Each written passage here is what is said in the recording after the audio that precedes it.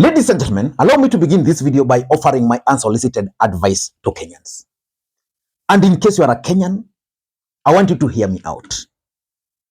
I've been thinking about something here. The possibility of this Rigathi Gachagua's impeachment being part of a wider scheme by those in power to divert the attention of the country from the real issues. We had the Adani scandal, and on Tuesday, William Samoei Arap Ruto will officially launch the SHIF, Social Health Insurance Fund.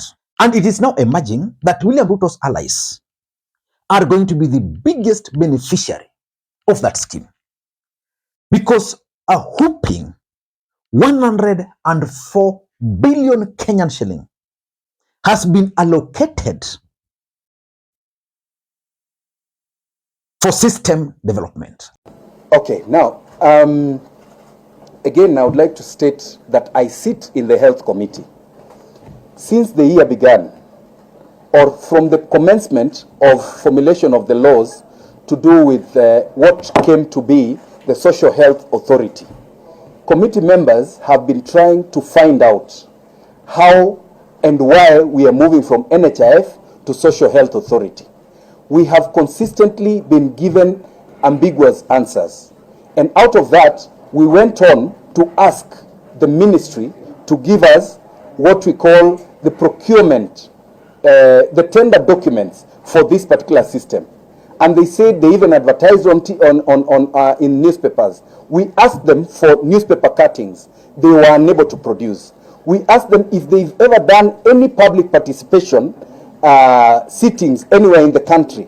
They were not able to produce even photographs of a public participation for people within the ministry.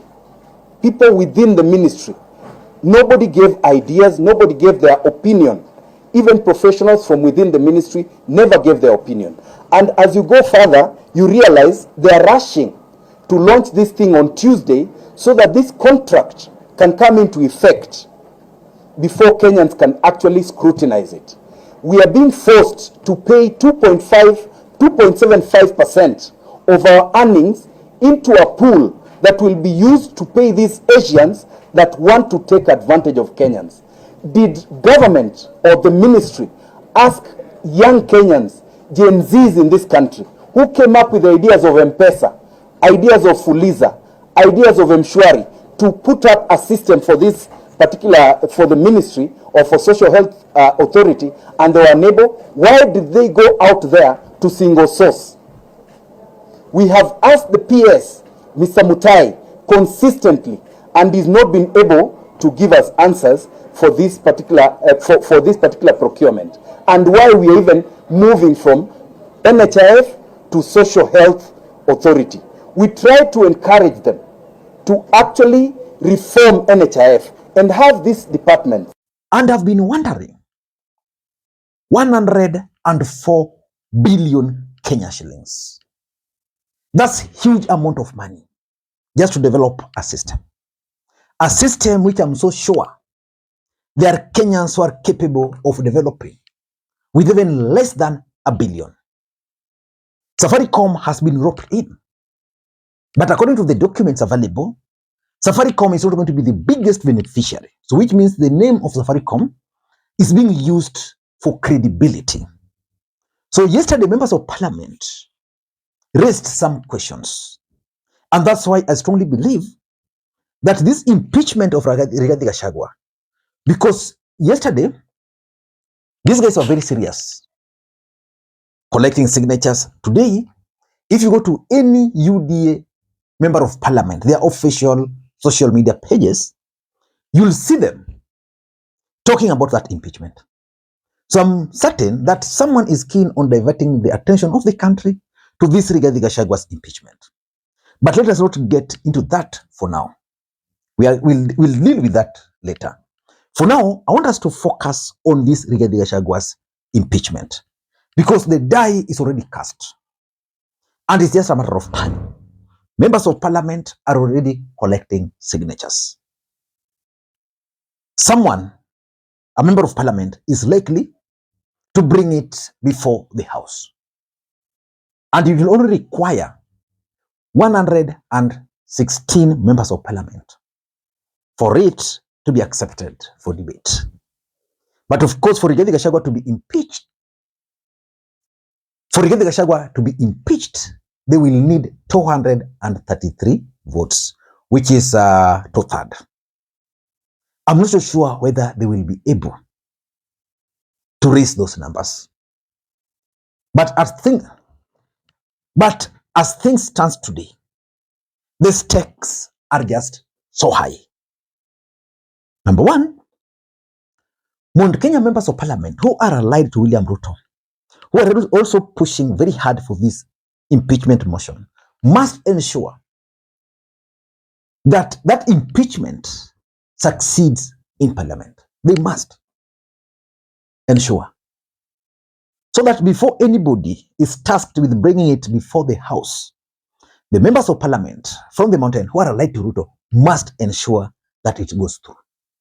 Because if it's brought before the house and it doesn't meet the 2/3 threshold, Rigathi Gachagua will emerge the victor, and Rigathi Gachagua is going to punish them in the mountain. Because in the mountain, Rigathi Gachagua is already controlling the crowd. I was talking to a member of parliament and he told me that the biggest fear with the leaders from the mountain, and that's why they are pushing for this impeachment, is that in case Rigathi Gachagua is not removed, then Rigathi Gachagua is going to remove them in 2027. What happened when Ruto kicked out Uhuru Kenyatta's allies? So that's the first take. Number two, William Ruto must also ensure that before anybody brings this motion to parliament, there's chance of success. Because if this motion will be brought before the house and the proponents will not be able to garner the 2/3 votes, and Rigathi Gachagua survives, the biggest loser is going to be none other than William Samoei Arap Ruto. Why William Ruto? William Ruto's ratings today before the eyes of Kenyans are currently very low. If Rigathi Gachagua were to defeat him, it would mean that the confidence will go down further. So Ruto must ensure that in case this bill is brought before the house, it has to succeed. But of course, Rigathi Gachagua must also ensure that this bill is defeated. But what are his options? That's exactly what I want us to analyze in this video. But before we do that, in case you're watching this channel for the first time, please take a second or two, click that subscribe button so that next time we produce a video like this, YouTube will automatically notify you. And to the subscribers, I want to continue thanking you guys for your continued support. Because without that support, this channel cannot be where it is. Ladies and gentlemen, without any further ado, allow me to dive in. But again, before I dive in, allow me to take this opportunity also to introduce you guys to LemFi. LemFi is a mobile money app for users in the UK, Canada, and the United States of America to send money back to Kenya. They offer the best exchange rates, and the money will be delivered instantly into your Mpesa account, Airtel Money account, and of course, if you want, directly into your bank account. You can use the link in the pinned comment to download the app. Ladies and gentlemen, what are Rigathi Gachagua's options? In my view, the first option for Rigathi Gachagua is to resign. I know you guys are wondering, Lee, are you normal? The best option for Rigathi Gachagua is to resign, but only if he has figured out that this motion is going to go through. Because if the motion will go through and Rigathi Gachagua is successfully impeached, the consequences will be too dire to fathom. Rigathi Gachagua will not be eligible to hold any other public office.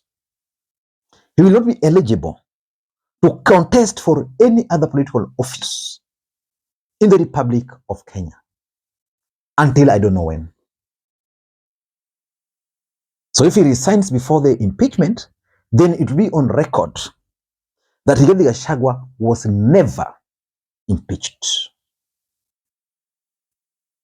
The moment Rigathi Gachagua will agree to go through the process and is impeached, that would mark the end of Rigathi Gachagua's political journey. So the best thing, shortcut. Then he can let things cool down. Then he can now refocus on rebuilding his political future, minus William Ruto and Kenya Kwanza again. You see, Sonko followed that route. Today, Sonko cannot contest. Sonko, a man who would easily win any seat he wants in Nairobi. Number two, Rigathi Gachagua can also decide to fight this impeachment motion. But the question is, how far can he fight it? And what are the consequences of fighting this impeachment? If the impeachment were to sail through, then it would mean Rigathi Gachagua will be banned permanently from any future political contest. He will no longer be eligible to hold any public office in the Republic of Kenya. Which means, for him to avoid that, he must fight. Fight and fight. Because William Ruto is actually determined to go against his own words that he was not going to frustrate his deputy. Remember, on this platform, we predicted early enough that the fallout between Ruto and Rigathi were going to be worse than the one we witnessed between Uhuru and Ruto. Of course, in the other one, there were no even imagination of impeachment. Number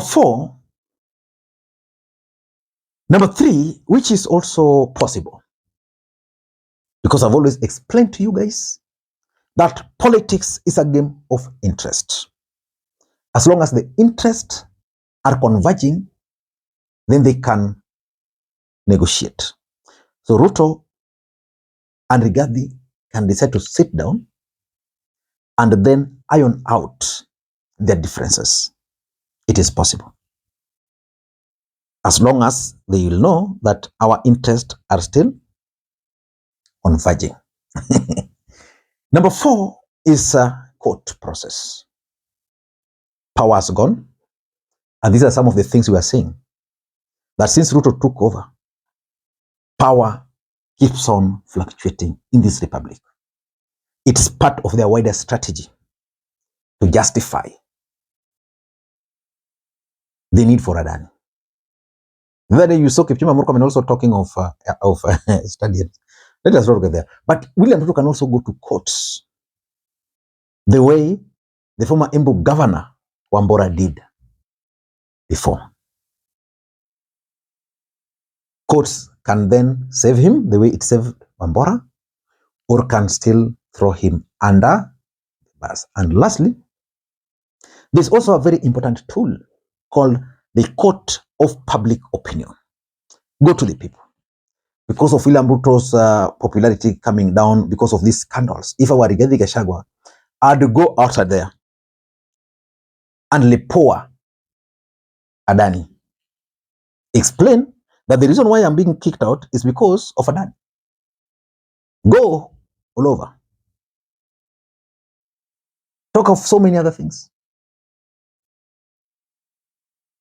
Talk of even this chief, which is a big monster. Ladies and gentlemen, I don't know what you think. But for me, Rigathi Gachagua has only those 5 options. Resign, fight, negotiate, go to court, or take it to the court of public opinion. Until next time, this is Lee Makwiny. Bye-bye.